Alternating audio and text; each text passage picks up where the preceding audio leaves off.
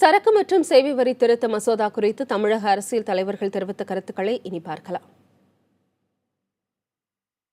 இப்பொழுது அறிமுகப்படுத்தப்பட்டு நிறைவேற்றப்பட்டிருக்கக்கூடிய சரக்கு சேவை வரி என்பது தமிழகத்தினுடைய நிதி வருவாய் ஆதாரங்களை இது நிச்சயமாக பாதிக்கும் என்பதால் அதற்கு எதிர்ப்பு தெரிவித்திருக்கிறார்கள்.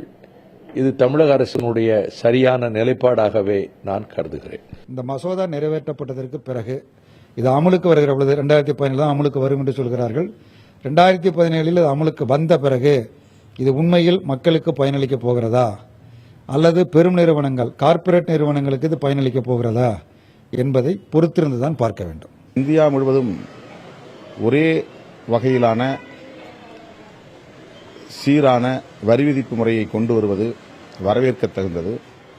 ஆனால் மாநில அரசுகளுக்கு இதனால் ஏற்படும் இழப்பை ஈடு செய்ய வேண்டியது இந்திய அரசின் கடமை.